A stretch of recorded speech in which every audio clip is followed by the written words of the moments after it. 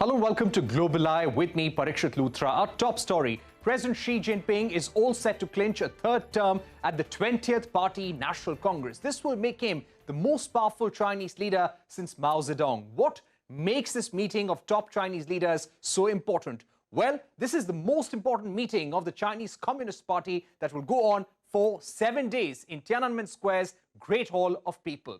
2,300 delegates will gather. 200 will be selected to join the Central Committee. The Central Committee will then elect 25 people to the Politburo, and the Politburo will appoint members of the Politburo Standing Committee. The 7-member, all-male Standing Committee, which includes Xi Jinping, the General Secretary, is the topmost decision-making body in China. Now, in the run-up to the Party Congress, more than 70 Chinese cities have been under lockdown. There has been strict enforcement of the zero-COVID strategy, despite severe economic disruptions, mind you.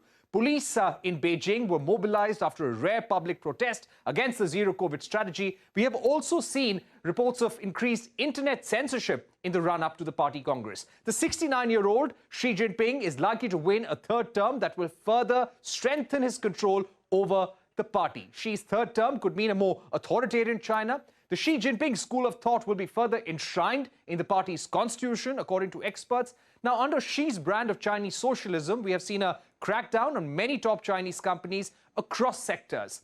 President Xi will open the Party Congress. The top leadership team will be announced. The world would be watching Xi's vision for the economy, politics, foreign policy, and climate change. Analysts across the world would like to see how China's policies over the next 5 years will address the economic slowdown that is going in China, the real estate sector crisis, and tech sector regulations as well. Let's open this up to our guests. We are joined by Inar Tanjun, an expert on China's political affairs, and Ambassador Vishnu Prakash, former Indian ambassador to South Korea. Gentlemen, thank you very much for joining us. Inar Tanjun, what, according to you, will be the most important takeaway from this Party Congress? It is being touted as the most important meeting of the Party Congress in its history. Well, I don't know if it's the most important, but it certainly is, a very important one.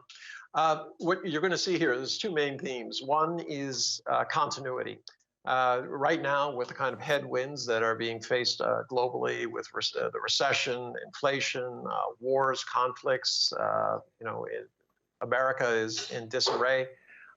It's very important to China to show a unified face, and continuity is going to be it. And that's why Xi Jinping is going to get a very big boost from the party. No one wants anyone to think that there's can be divisions within it.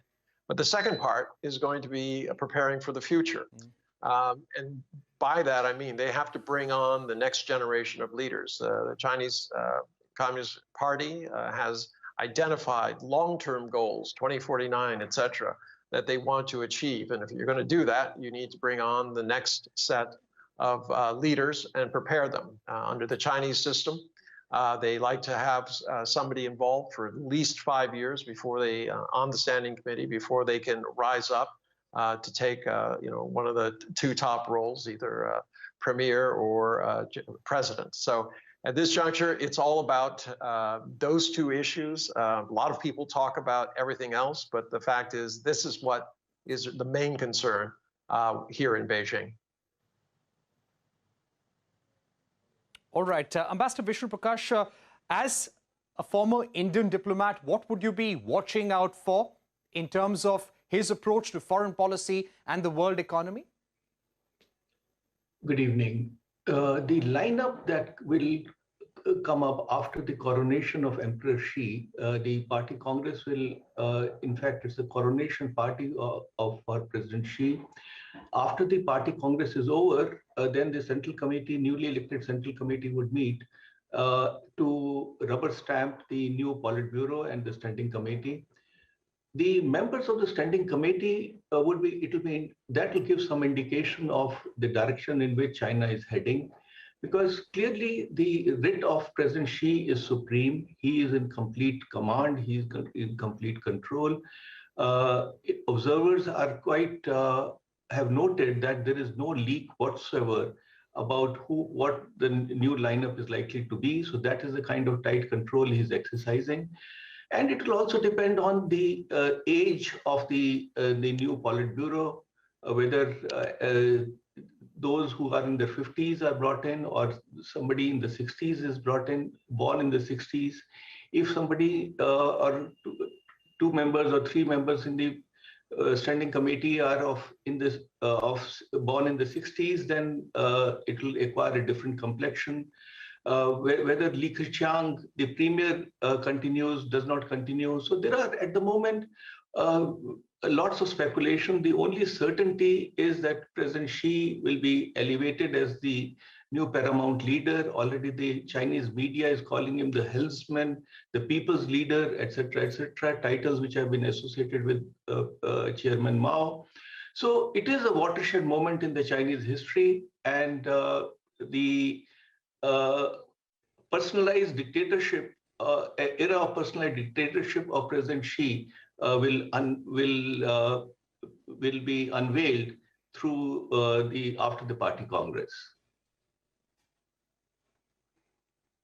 Right. Inna Tangent, do you feel that there will be a change in some of the economic policies in China, especially the zero COVID strategy? It has been very disruptive. Do you think after the party congress, once he gets a unprecedented third term, things will change as far as the COVID strategy goes? No, I mean, the COVID strategy here is dictated by science, not politics. We've seen what happens when you try to mix politics with COVID. It's not pretty. So, you know, at this juncture, they're going to follow it. Their main concern at this point is what's called long COVID. 17 million people in Europe alone have it. In the United States, 500,000 workers have been affected. They moved from the productive side of the equation to now being a drag on society because they're no longer able to be fully functional. There's real concerns when you start multiplying those numbers times the number of people in China. And they're very concerned about that. They've also been a little bit remiss in terms of pushing vaccines. You really need to have a vaccine within the last 6 months to have it be very effective. After 6 months, it's probably time to get a booster. I imagine that once they start embarking on a serious vaccine drive, then you'll know that that's the time when things will open up. I can tell you this, that throughout China right now, they're building intensive care wards, not just in the cities, second, third, fourth tier cities, but even in large villages. And this, you know, obviously they're building these so that they can handle an influx of people if in fact they do get sick. They've also acquired medicines that will allow them to treat people who decide not to have the vaccine and you know, get sick. They want to take care of these people. Remember, you can say what you want about China, but they have protected their people the best of any nation in the world, regardless of size. If you start looking at the mortality rates and the number of people who've caught it. Right. Ambassador Prakash, to come to you right now, when it comes to India-China relations, a lot of the global media reports, the Western media reports have been saying that we will see a more authoritarian China. So do you feel that issues such as the dispute at the Indo-China border, we will expect President Xi to take a harder stand, a tougher stand? Well, let us see what he has done so far. During 10 years of his rule, there has been increasing number of standoffs, and frankly, the way they went about violating and tearing up all the CBA confidence building measures, the agreements, and the commitments that were given in 14 meetings with Prime Minister Modi is indicative of the kind of disposition that President Xi Jinping has. Not only with India, China today is at odds with most of its neighbors, and the kind of aggressive policies that are being followed are boomeranging, or there is a pushback. So now the question is whether it will be business as usual, in that he will want to take on any and everybody, or there is likely to be some change. We are not betting on any change, because it would appear that once all restraints on him are off, and he is basically the authoritarian leader, And the expectation, the general belief is that he, without any restrictions on him now, he will take even a more aggressive stance vis-a-vis all his neighbors, including India, and we are prepared for that. Right. So you're saying we will possibly see a tougher President Xi Jinping. Let me get in our tangent once again. The kind of issues that we see facing the Chinese economy right now, the real estate crisis, the slowdown in the economy, do you think, and does the Chinese media also believe that there will be hints for an economic roadmap in his opening speech at the party Congress? There'll be a talk. The party is more about setting goals. The government itself, there will be another meeting in March. They'll have an actual government report. Here, they will have a party report. They will be talking about how well they have done against the benchmarks they set previously. They'll go for it. It's a very thorough report. And they talk about areas where they need to improve and things like that. So don't think that Xi Jinping is going to make a major policy speech at this juncture. It's possible, but it doesn't seem consistent with their idea of continuity, of trying to face up to all these headwinds. As you've heard from my colleague, the ambassador, he takes a very dim view of China, sees things in the veil of a strongman politics.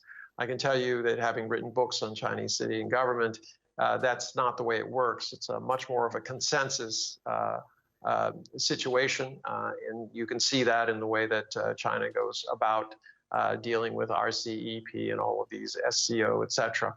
It is not about like the U.S. saying, "I have a veto, I can do this, I can do that. You have to be under my thumb." To the contrary, they invite people in, like under the SCO, they invited Pakistan and India in, knowing that it was not going to be easy, but not trying to push.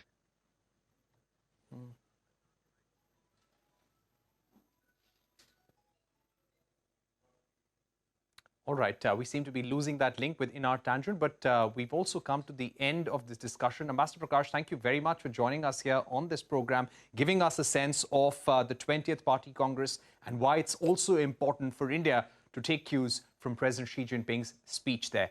We're going to take a short break at this point, but coming up on the other side, we shift our focus to the ongoing protests in Iran. We will be joined by Kamin Mohammadi, journalist, writer, and also Persis Karim. Don't go anywhere. That's coming up on the other side.